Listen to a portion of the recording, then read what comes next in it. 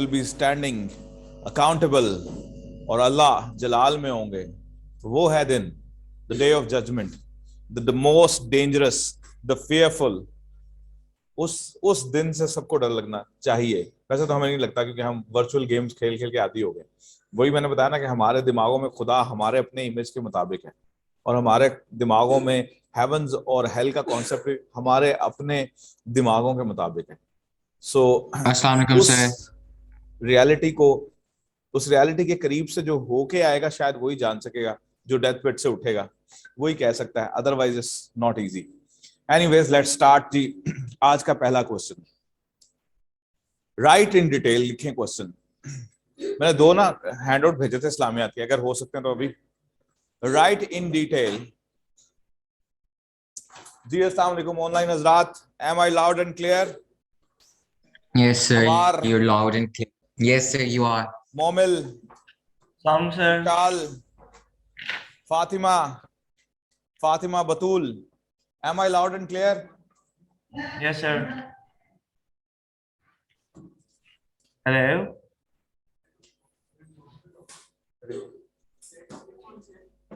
Topic Sir, लिखवाने can लगा you हूं, अभी hear us? क्वेश्चन लिखवाने लगा हूं। बताता हूं। First, from birth till the first revelation. Hello. Hello, sir. Can you hear us? Yeah, I can hear you, boy. Momil, Yeah. you are us? You're me. Sir, Amar was also talking, so I talked on behalf of him. Okay, you are talking on the behalf of Mr. Amar. All right. He hired you as a secretary, right? That's great.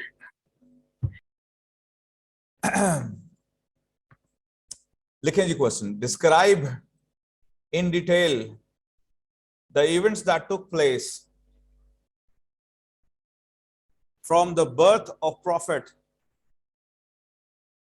till the first revelation of Quran. Write in detail the events that took place from the birth of prophet till the first revelation. The timeline will be 571 till 610 AD. AD stands for Anno Domini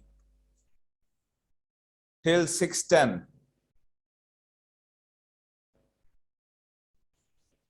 अच्छा, पहले story सुन लें क्योंकि आपको बना बनाया question का answer अभी मिलने वाला है। 610 फर्स्ट रेवलेशन। Sir?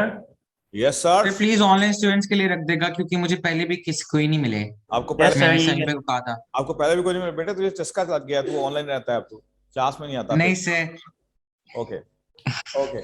Sir, इसके अंदर लाइफ इन मक्का वाला शुरू के टॉपिक्स आएंगे ना, बर्थ एंड अपब्रिंगिंग एंड ये सब कुछ है, सब etc. कुछ ये जो भी मैं आपको बताने लगा हूं ये सारा है। अब बस हमतन गोश होकर, थोड़ा सा बेहोश होकर सुनते जाएं, राइट? अच्छा Okay, sir. जी, स्टोरी सुना रहा हूं, बना बनाया क्वेश्चन आ जाएगा, आप कुछ अपने पंच लाइंस लिख सकते हैं जो भी आपको फील हो। 571 was a time कहते हैं when Abraha, a man, a king from Yemen, he attacked Makkah. Why he attacked Makkah? Because he found out that people are fond of one place and they used to take, circumference of that place, and they give it a lots of money as well. You know that, na, कि Quraysh, ever since वो मक्का वहां है तब से they are very rich. Why? Because every year in a specific time people used to come from all over Arab, or they used to perform pilgrimage there. They used to take circumambulate that, और वो सारी बातें वो, और फिर वहां एक छोटा सी मार्केट बसती थी, और जैसे आजकल होता है हाज उम्रा पे लोग जाते हैं तो ठीक ठाक पैसे वहां पे लुटा कर आते हैं क्योंकि मक्का और मदीना के इर्द गिर्द एक बड़ी मार्केट है और उनकी कमाई का जरिया है, ठीक है। So it was happening ever since. Abraha when found out कि ऐसा है तो उसने भी क्या किया, उसने अपने इलाके में एक ऐसे ही बनाया, उसने कहा इसके गिर्द भी चक्कर लगाओ। लोग नहीं लगाते थे। ही इनवाइटेड इवन द अरब्स कि आओ इधर इसके गिर्द भी चक्कर लगाओ। कोई भी नहीं गया। उसको बड़ा गुस्सा आया एंड ही वाज ग्रीडी। उसने कहा पैसा आना चाहिए, पैसा नहीं आ रहा। जैसे आजकल दुनिया कहती है पैसा आना चाहिए, तो पैसा नहीं आ रहा। सो खैर उसने फिर लोगों को दोबारा से इनवाइट किया, उसने कहा नहीं लोग नहीं आ रहे, उसको गुस्सा आया, उसने कहा ओके मैं उस काबा को तबाह कर दूंगा। So he started off his journey with his elephants.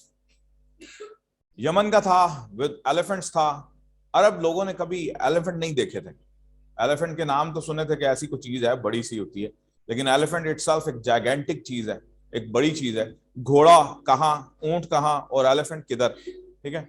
और एलिफेंट जो वॉर के लिए ट्रेंड होते हैं ना, वो होते हैं कि व्हेन कोई उनके सामने जाता था, एक तो आप ऊपर से तलवार पे बैठे हुए, आपने स्पीयर पकड़ा हुआ है, एक बड़ा स्पीयर पकड़ा हुआ है, आप एक बंदा तलवार लेके खड़ा हो तो वो ऊपर से कैसे मारेगा, छलांगे मार मार के मारेगा, नहीं मार सकता। या तो वो उससे आर्चरी से उसका निशाना लिया जा सकता है, या स्पीयर मारना कोई आसान काम नहीं, क्योंकि हाथी खुद भी ट्रेंड होता है, हाथी अपनी ट्रंक यूज कर रहा होता है। जो कोई बंदा उसके सामने आता है उसको ट्रंक से उठा उठा के घुमा घुमा कर फेंकता है। ताकत तो पता ही आपको हाथी की कितनी है, तुझे तो बहुत अच्छी पता है, ठीक है। अच्छा खैर, सो अगर किसी ने हाथी नहीं देखा तो नहीं, चलो अच्छा। तो फिर और फिर इस तरह एक और उनकी ट्रेनिंग ये होती थी कि जो नीचे आ क्योंकि इंसान कितना ज्यादा से ज्यादा 7 फुट का होगा उस जमाने में, चले 7.5 फुट का होगा, इतने ही लंबे होते थे मोस्टली अरब, क्योंकि मोस्टली लंबे होते हैं। तो हाथी तो बहुत लंबा होता है, तो वो पाँव के नीचे उसको कुचल देता था, ठीक है। और ये भी ट्रेनिंग का पार्ट होता था उसका, कि वो जब कोई उसके सामने आता था वो उसको सामने खड़ा हो जाता था, उसको टांग से मारता था, फिर उसके ऊपर टांग रख देता था। अब हाथी एक टांग रख दे किसी के ऊपर, इतने टन वजनी, कभी टायर गुजरा गाड़ी का किसी के पाँव के ऊपर से, तेरे गुजरा, इसलिए तो ऐसे फ्लैट हो गया। अच्छा, तो वो गाड़ी का टायर और हाथी का पांव, जस्ट इमेजिन। तो खैर अब वो अरब की तरफ आ गया। अब्दुल मुतलिब जो कस्टोडियन थे मक्का के, बैतुल्लाह के, जी क्या मतलब, हाथियों को वो ट्रक मंगवाया था उन्होंने, उस पर लोड किया उधर आके ऑफलोड के लिए।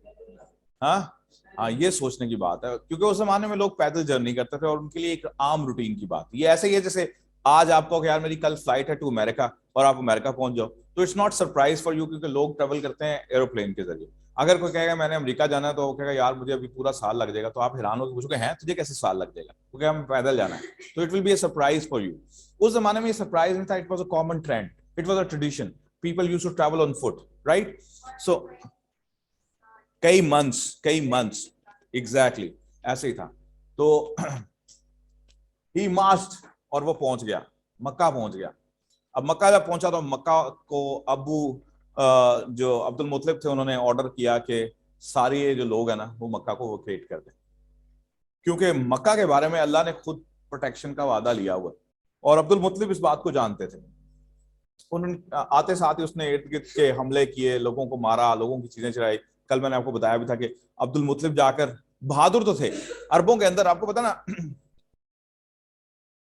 ऑफ रिकॉर्ड हो जाएगा लेकिन खैर चलो, 2 नेशंस ऐसी हैं दुनिया में, बल्कि 3 ऐसी नेशंस गुजरी हैं जिनका अल्लाह से डायरेक्ट राब्ता था, और अल्लाह उनके लिए फिर बहुत चीजें उनके लिए उतार भी देता था।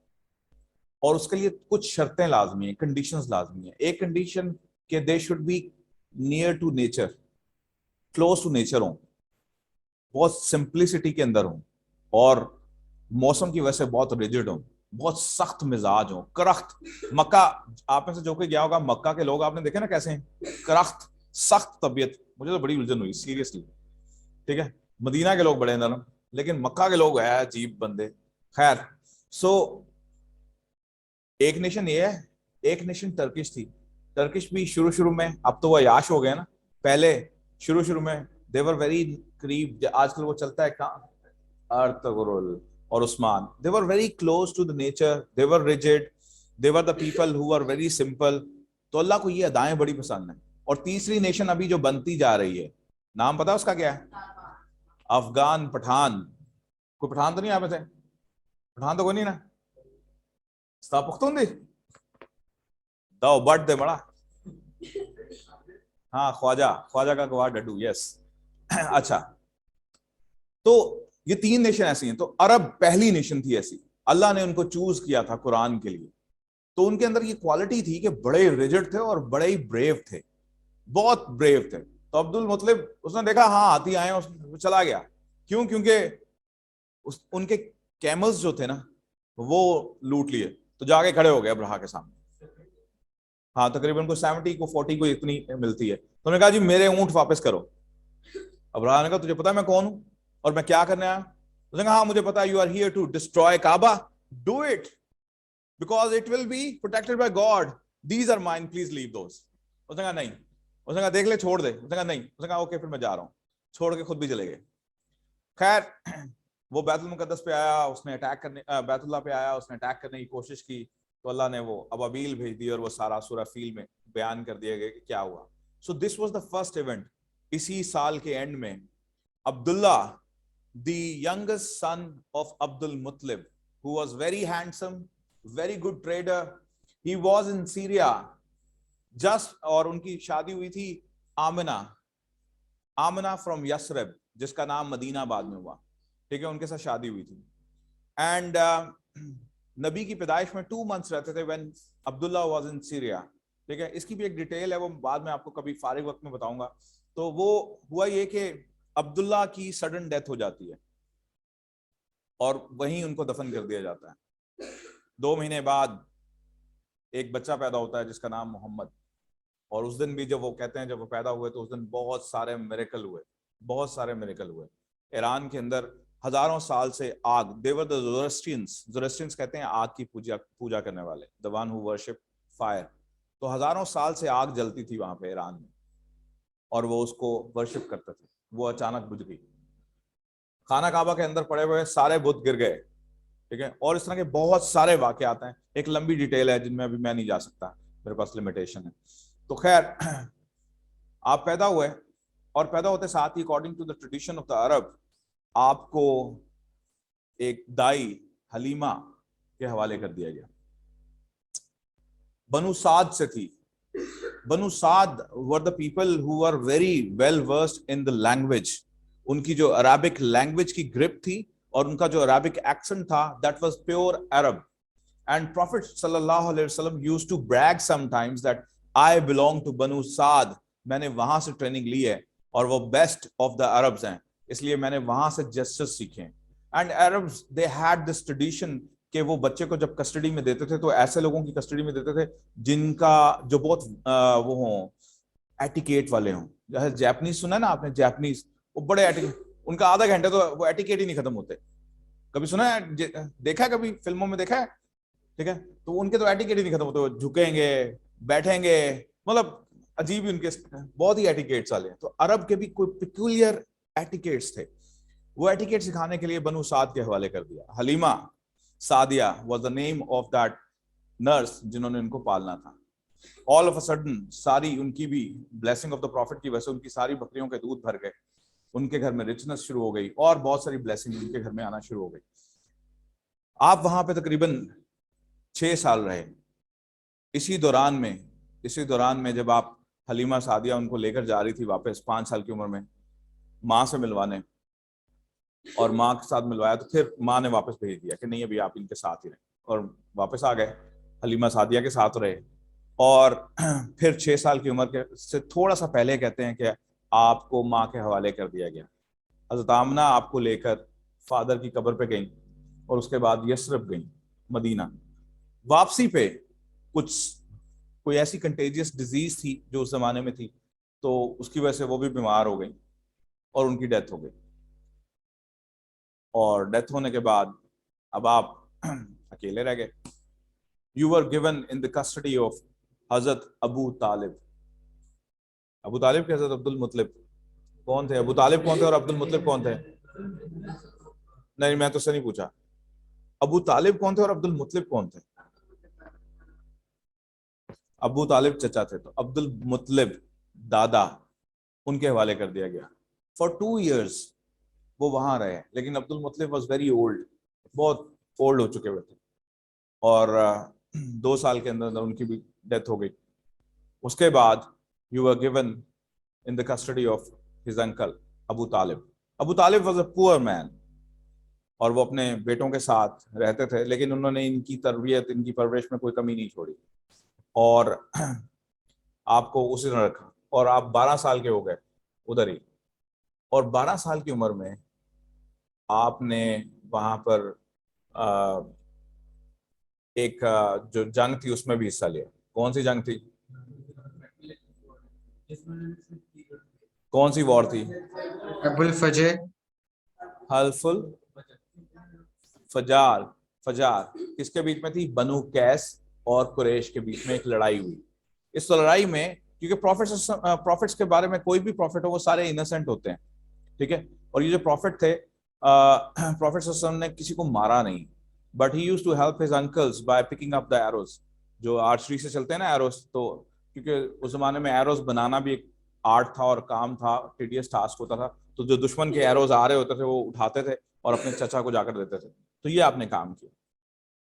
खैर, ये एक लड़ाई थी जिसमें आपने हिस्सा लिया। ये Excuse me, आपके। सर। Yes sir. सर, मेरा एक क्वेश्चन था कि अब हजरत अबू तालिब को हजरत अबू तालिब क्यों कहा जाता है? हजरत क्यों उनके नाम से लगाया जाता है? क्यों, हालांकि वो कभी मुस्लिम हुए भी नहीं थे अपनी डेथ से पहले। कुछ चीजें होती हैं ना बेटे, जो कंट्रोवर्शियल होती हैं, जिनके बारे में बात नहीं कर सकते, ठीक है। और I will not talk about it. Yes, कुछ बातें ऐसी हैं जो मेरे जहन में भी, मैं जब बचपन में था तो मेरे जहन में आते थे कि हजरत आमना, हजरत अब्दुल्ला, ये कौन होंगे? क्या ये मुसलमान थे? क्या थे? क्या ये ब्लेस थे? ब्लेस तो होंगे, नबी के साथ थे, नबी को पालने वाले थे, नबी को जन्म देने वाले थे। तो ऐसा हो नहीं सकता कि वो गलत हो या खराब हो या कुछ भी हो। इसलिए मैं कोई बात नहीं कर सकता। इसलिए इस चीज को छोड़ दो एंड डू योर रिसर्च। जवाब मुझे आता है लेकिन मैं दे ही नहीं सकता। अच्छा। ओके। हम, हाँ, फिर इसी की एक सुलह भी हुई, इसी मामले की एक सुलह भी हुई। प्रॉफिट सल्लल्लाहु अलैहि वसल्लम was very peaceful in his nature, और इस सुलह में आप शामिल हुए बकायदा। इस एग्रीमेंट में जब वो लिखा जा रहा था तो शामिल हुए। और एक हदीस है, हजरत आयशा से नरेट होती है कि this was the best of his time, जब हल्फुल फजूल साइन हो रहा था, ठीक है। जब वो साइन हो रही थी ट्रीटी, तो आपने कहा कि मुझे ये टाइम बहुत पसंद आया, और अगर इस तरह की ट्रीटीज होती रहे तो मुझे, मेरा दिल खुश होगा। सो खैर, ये एक ट्रीटी थी। मैं इसका पार्ट बनना चाहूंगा। उन्होंने एक लंबी हदीस इसमें बोली थी हज़रत आयशा की। फिर इसके बाद फिर क्या होता है कि जनाब, फिर हजूर सल्लल्लाहु अलैहि वसल्लम जवान हो जाते हैं, और इसी दौरान में जवान तो हो जाते हैं और बड़े अच्छे ट्रेडर थे, लेकिन because of the lack of money and wealth he could not support his family, so he used to graze goats of the people. छोटे छोटे पैटी मनी के लिए लोगों की बकरियां ग्रेज किया करते थे, बट अपने जो मर्चेंट बड़े मशहूर हो रहे थे। सो इसी दौरान में आपको मौका मिला कि आप सीरिया जाएं, ठीक है। और सीरिया, बल्कि एक और इंसिडेंट भूल गया इसने बीच में मुझे बुला दिया, अबू तालिब वाला। हजरत अबू तालिब के साथ आप बचपन में सीरिया एक ट्रेड रूट पे गए थे, वहां पे एक मॉन्क ने आपको देख लिया था, और ही सॉ द साइंस। जो उस जमाने के मॉन्क थे ना, चाहे वो क्रिश्चियन हो चाहे ज्यूज हो, वो होते अच्छा। आजकल तो रिलीजन वैसे ही नहीं रह गया ना, अस्तगफिरुल्लाह। हम इस टाइम में पैदा हुए हैं कि इस टाइम में रिलीजन और उसकी वैल्यू खत्म हो गई है। Even people use to mock those people.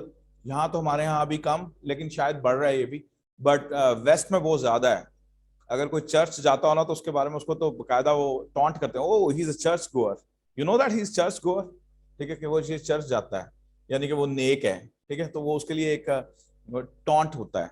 तो हमारे लिए भी आस्ता आस्ता होता जा रहा है, वो ये नमाजें पढ़ने लग गया, लगता है इसका कोई मकसद है। ऐसा हो रहा है ना, ये ऐसा हो रहा है। तो वो उस जमाने में ऐसा था कि वो जो मॉन्क था उसने जज कर लिया कि ये इनके अंदर साइंस है। तो उन्होंने अबू तालिब को रोका, उन्होंने कहा इनको आगे मत लेके जाओ, people will recognise him and may be वो इनको मार दें। सो इनमें जो साइंस हैं वो अच्छे नहीं है, मैंने देखे, और आप इनको वापस लेके जाएं। सो अबू तालिब वापस आ गए थे। अच्छा। फिर एक और वाकया हमें मिलता है कि आप 25 साल की उम्र में आपने सीरिया की तरफ ट्रेड के लिए निकल गए, और एक बहुत ही रिच खातून थी उस जमाने में, जिनका लकब ताहिरा था, खतीजा नाम था, खतीजा। और बहुत रिच, बहुत खूबसूरत, और विडो थी। उनका जो मेड सर्वेंट थी वो, उसका नाम था मायसरा। मायसरा वो था, वो आपके साथ गया और वहां पे आप लोगों ने ट्रेड की सीरिया के अंदर। वो बहुत ही इंप्रेस हुआ ट्रेड से और प्रॉफिट के जो कैरेक्टर से, और बहुत प्रॉफिटेबल ट्रेड हुई। ऑन हिज रिटर्न, तो अल्लाह ने कहा था कि I you were born poor and I made you rich, ठीक है। ये बकायदा सूरत की आयत है तो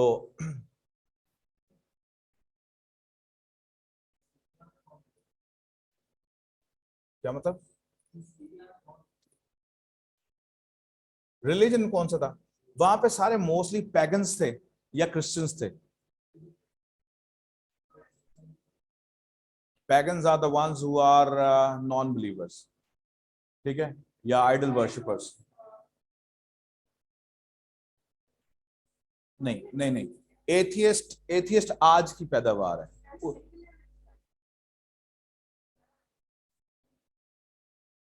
अच्छा अच्छा, चलो अब समझाना पड़ेगा। ओके जी, एथियज्म क्या होता है, सेकुलरिज्म क्या होता है, लिबरलिज्म क्या होता है, समझा देता हूं, समझ लें पहले। एथियस्ट आज की पैदावार है। आज के दौर में एथियस्ट लोग पैदा होते हैं। Atheist are the ones who do not believe कि देयर इज गॉड, ठीक है। एंड मोस्टली एथियस्ट लोग जो हैं दे वर्शिप नेचर, वो नेचर को वर्शिप करते हैं। अगर आप गूगल करें तो यू विल फाइंड आउट कि वो शादी भी ऐसे करते हैं कि वो नेचर को दिखा के शादी कर रहे हैं। कोई चक्कर नहीं, अल्लाह शल्लाह कोई नहीं, ठीक है, थैंक यू। ये बांटो यार, सारे बांटने वाले हैं। Sir, can you keep a few for the online people? या I will do it, don't worry. Okay. अच्छा, ये तो हो गए एथियस्ट। सेकुलर कौन होता है? सेकुलर इज द वन जो के रिलीजन को कंसिडर ही नहीं करता। सेकुलर इज द वन जिसके लिए रिलीजन कोई चीज नहीं होता, रिलीजन की कोई वैल्यू नहीं है, but they believe in God, पर रिलीजन की वैल्यू कोई नहीं होती।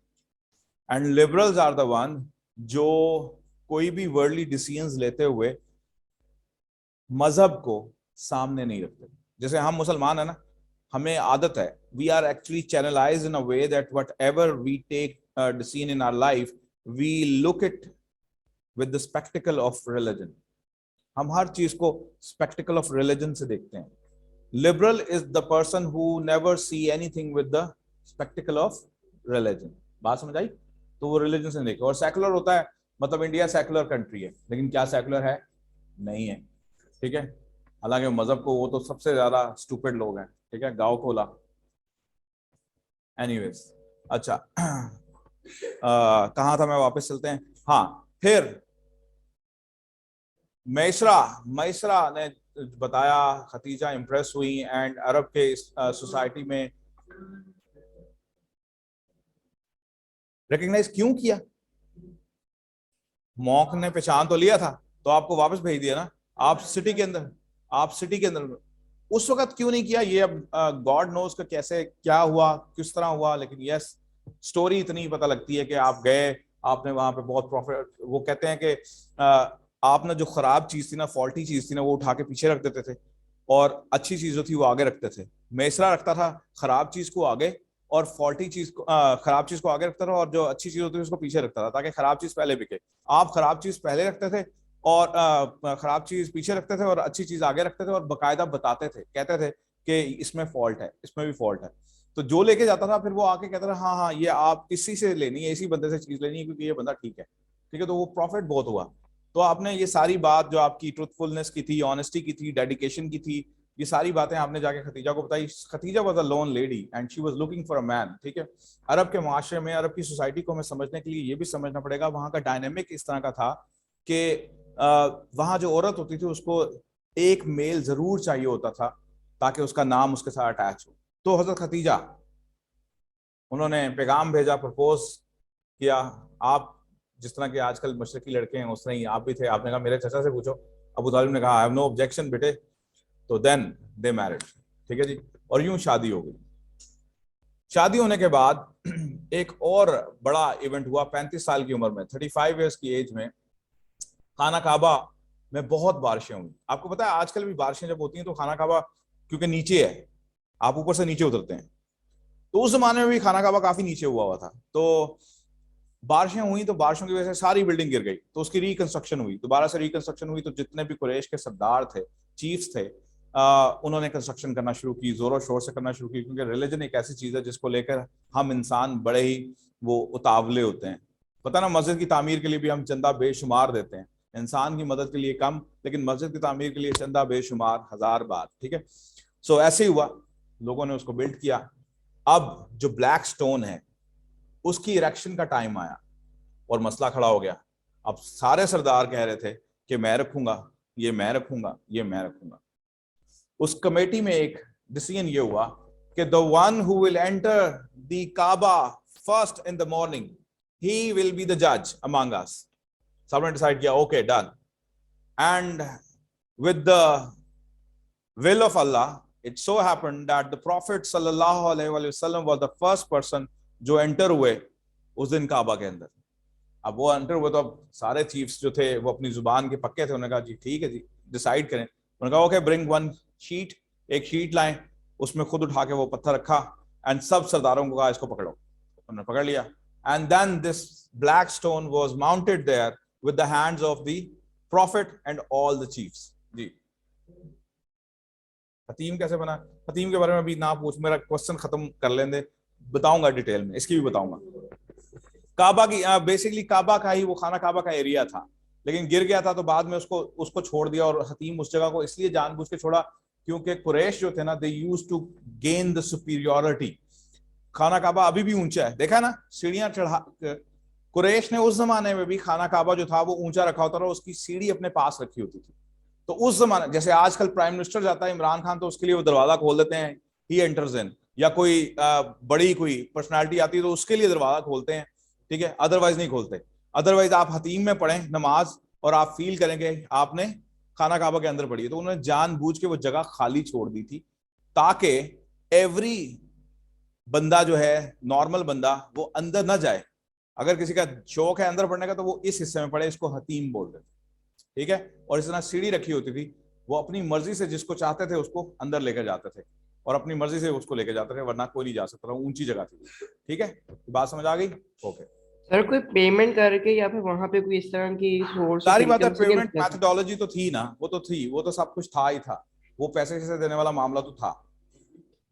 अभी अब तो नहीं है, अब तो डिग्नेटरीज के लिए है ना, बड़े बड़े प्राइम मिनिस्टर आते हैं, प्रेसिडेंट्स आते हैं, उनके लिए वो खुल जाता है।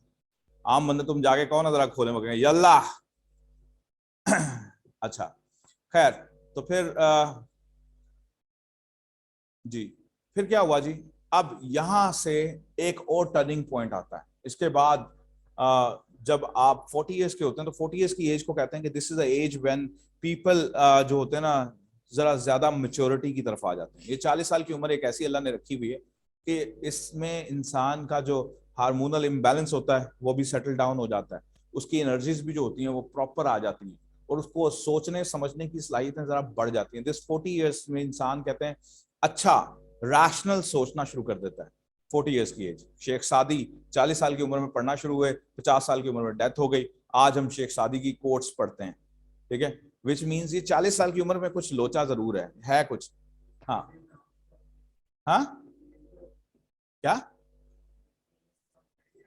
नहीं अभी नहीं क्रॉस किया, नहीं नहीं 40 इयर्स का, यस यस आई एम। अच्छा तूने बड़ा छिक्का मारा, बड़ा खुश हो रहा पूछ के। अच्छा जी, टोक दिया ना, वो टेम्पो टूट गया। अच्छा फिर क्या हुआ जी, 40 इयर्स की एज में you started worshipping and you started preferring to remain in seclusion, seclusion कहते हैं तन्हाई में, and then you started going away from the city of Mecca, और थोड़ा सा दूर एक केव में जाकर he used to meditate there and used to think, because he never liked idols, he never worshipped them, and he always used to ponder कि क्या होना चाहिए, क्या हो। and one day, अब मैं आपको नेक्स्ट क्वेश्चन की तरफ लेके जा रहा हूं। one day आ गया ना, नेक्स्ट क्वेश्चन मिला हुआ ना आपको कि नहीं मिला हुआ? आ गया ना यार, फिर भी आ गया, तो वही है। एक तो भाई सनी भाई है भाई, ये लो, ये भी बांटो। अच्छा सर आज को हैंडआउट्स दिए हैं आपने? जी जनाब दे दिए। क्वेश्चन, दूसरा क्वेश्चन लिखिए। ऑनलाइन शेयर करवा दें प्लीज। जी करवा देता हूं। Describe the events of the first revelation to prophet सल्लल्लाहु अलैहि वसल्लम इन द केव ऑफ हिरा। ठीक है, तो ये पहला to Prophet sallam in the cave of Hira? ये क्वेश्चन आ जाता होता है अक्सर, दो केव्स का जिक्र आ जाता है कि आपको केव ऑफ हिरा और दूसरा केव ऑफ सोर, इन दोनों के बारे में इवेंट्स नरेट करें। 10 मार्क का क्वेश्चन आ जाता है, तो अकेला भी ये क्वेश्चन आया हुआ है। अच्छा जी, अब इसमें क्या हुआ? It was perhaps 610 Ramzan, month of Ramadan, ठीक है। सम से कि मंडे का दिन था, सम से फ्राइडे का डे था, when he was meditating, वो मेडिटेट कर रहे थे, और all of a sudden he saw a creature। अच्छा, इससे पहले दो वाकयात और हुए। इससे कुछ अर्सा पहले तक जब he became serious and he used to go to cave of Hira and used to meditate there for many months, he started seeing dreams, और वो ड्रीम्स ऐसे थे कि जो सच्चे थे, ट्रू ड्रीम्स उनको आना शुरू हो गए। And then when he used to pass from certain areas, तो उनको पीछे से आवाजें आना शुरू हो गई, O messenger of Allah, peace be upon him, अस्सलाम अलैका या अय्युहन नबिय्यु, इस तरह की आवाजें आना शुरू हुई। And he used to turn back, look back कि कहां से आई, समझ नहीं आती थी कहां से आई। तो लोग कहते हैं कि शायद वो, और हजरत आयशा की हदीस भी है कि वो पत्थर, वो दरख्त जब आप गुजरा करते थे तो आपको सलाम कहते थे, because he was chosen one। सो ये भी एक इवेंट, और आप घबरा जाते थे, आप डर जाते थे, तो ये भी एक सिलसिला रहा, और कहते हैं कोई 6 मंथ्स, कोई ईयर, इतना ये सिलसिला जारी रहा। फिर उसके बाद one day all of a sudden एक strange creature appeared in front of him, it was night time, and he, आते साथ उसने कहा, oh messenger of Allah, peace be upon him, you are a chosen messenger of Allah and prophet सल्लल्लाहु अलैहि वसल्लम। अब आप देखें ना, सोचें जरा एक मिनट के लिए कि आपके सामने एक अजीब चीज आए जो आपकी आंखों ने कभी ना देखी हो, और उसकी शक्ल भी अजीब व गरीब हो, और बहुत बड़ी हो, और वो आके आपके सामने खड़ी हो जाए, और इससे पहले आपका एक सिलसिला चल रहा हो कि आपको ख्वाब आ रहे हों, ड्रीम्स आ रहे हों, और फिर आवाजें आती हों, हेलुसिनेशन। आजकल के दौर में तो हेलुसिनेशन ही कहेंगे ना, आजकल के दौर में तो फौरन ऐसे बंदे को उठा के डॉक्टर के पास ले जाएंगे, साइकोलॉजिस्ट, इसकी काउंसलिंग होनी है लाजमी, ठीक है, वो उसको दवाइयां दे दे के सुला देगा। तो प्रॉफिट के साथ भी ऐसे हुआ, एक स्ट्रेंज क्रिएचर आई, उसने कहा जी इकरा, आपने कहा है इलिटरेट, उसने जोर से आपको स्क्वीज किया, फिर कहा इकरा, आपने कहा नो आई एम इलिटरेट, फिर उसने जोर से स्क्वीज किया। जब उसने स्क्वीज किया, और कहते हैं फिर उसने आपका हार्ट निकाला, धोया, या एक लंबी स्टोरी है उसमें भी, तो अगेन फिर उसने कहा इकरा, तो आपने पढ़ना शुरू कर दिया, और उसने फिर सूरह अलग की 5 आयत जो उतरी वो पूरी रिसाइट की आपके सामने। उसने कहा आई कम अगेन, और कह के चला गया। अब जब किसी के साथ ये वाकया बीते तो उसका क्या हाल होगा? वही मोहम्मद सल्लल्लाहु अलैहि वसल्लम का उस वक्त हाल था। वो फौरन उठे, सीधा भागे, घर की तरफ पहुंचे, हज़रत खदीजा को कहा शीट दे दो मुझे, बस मैं सो रहा हूँ, एंड ही वाज ट्रेम्बलिंग, और उनको फीवर हो गया। And then he narrated the event to Khadija when she asked क्या हुआ है, बताएं तो सही क्या हुआ क्या, तो आपने सारा बताया। तो शी कंसोल्ड हिम के नहीं, ऐसा नहीं हो सकता, you will not be left alone, आपको अल्लाह ऐसा नहीं हो सकता, क्योंकि उस जमाने में अल्लाह को लोग जानते थे। अल्लाह को कैसे जानते थे? बिकॉज इससे पहले तक, प्रॉफिट से पहले तक किसका मजहब चल रहा था? हजरत इब्राहीम अलैहिस्सलाम का, और क्रिश्चियनिटी के लोग, क्रिश्चियंस हजरत ईसा को मानते। तो हजरत इब्राहीम हनीफ कहते थे, हनफी कहते थे उस जमाने में। तो people used to have this religion, अभी तक चल रहा था। तो उन्होंने कहा आप तो लोगों को अपने किथ एंड किन्स का बड़ा ख्याल रखते हैं, you are truthful, you are honest, और ये सारी बातें बताई। फिर कहते हैं नेक्स्ट मॉर्निंग में शायद वो ले गई आपको अपने कजन के पास, Waraqa bin Nawfal, the one who was a scholar, jurist, जो तौरात एंड जबूर का जूरिस्ट था, स्कॉलर था। तो हाँ, कहते हैं ब्लाइंड था, और कुछ कहते हैं कि नहीं था, पर कोई आइडिया नहीं है इसके बारे में इतनी इंफॉर्मेशन नहीं है। सो जब आप उनके पास गए तो आपने अपनी सारी कहानी सुनाई उनको। तो उन्होंने कहा oh the same angel came to you, archangel Jibril, यही नाम बता रहा हूँ? हाँ, yes, the same name. The same angel used to come to Jesus, the same angel used to come to Moses, the same angel used to come to Abraham as well, so you saw the same one, lucky you are chosen messenger of Allah. हमने कहा है ये क्या हो गया? खैर उस वक्त तो यकीन नहीं आ रहा था ना कि हो क्या रहा है, और आपने कहा कि अगर टाइम रहा और वक्त आया तो I'll stay with you because बहुत जल्द people will banish you from your town, तुम्हें अपने टाउन में से लोग निकाल देंगे, ठीक है। टाइम आउट हो गया?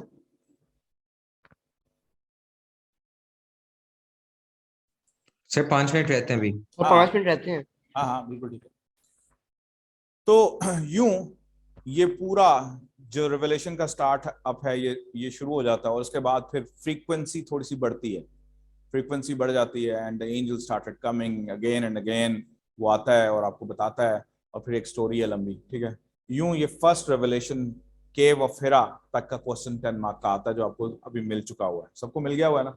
ये 2 क्वेश्चन आपको नहीं मिला? सर प्लीज मेरे लिए अपने पास ही रख लें क्योंकि सनी भाई से मुझे नहीं मिलता। मैंने अपने पास नहीं रखना, मैंने सब कुछ बांट देना है, सर आप प्लीज रख लें। ठीक है। इस तरह जी ये 2 क्वेश्चन आपके खत्म हो गए 10 मार्क्स के। तीसरा भी कर सकते थे लेकिन टाइम कम है, अब 5 मिनट्स रह गए वरना ये काम खत्म कर देते हैं। अच्छा जी, इससे रिलेटेड कोई क्वेश्चन, स्टोरी समझ आ गई? सर बना बनाया क्वेश्चन मिल गया। अब जब बना बनाया चीज मिलती है ना तो फिर मेरी एक्सपेक्टेशन भी बढ़ जाती है। मेरी एक्सपेक्टेशन ये होती है फिर you have to write down 10 mark के लिए 10 मार्क का मटेरियल भी। मैंने नंबर देने, मैं नंबर दूंगा लेकिन आपने लिखना।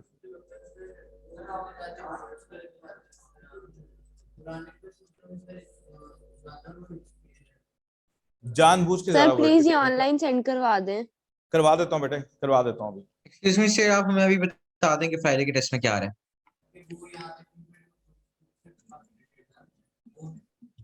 ठीक है बता दूंगा ये भी। अच्छा अभी फ्राइडे को अभी तो बहुत टाइम पड़ा है यार, फ्राइडे में एक पूरा दिन पड़ा हुआ है इस दिन। सर प्लीज बता दें। हाँ वो फ्राइडे कह रहा है ना?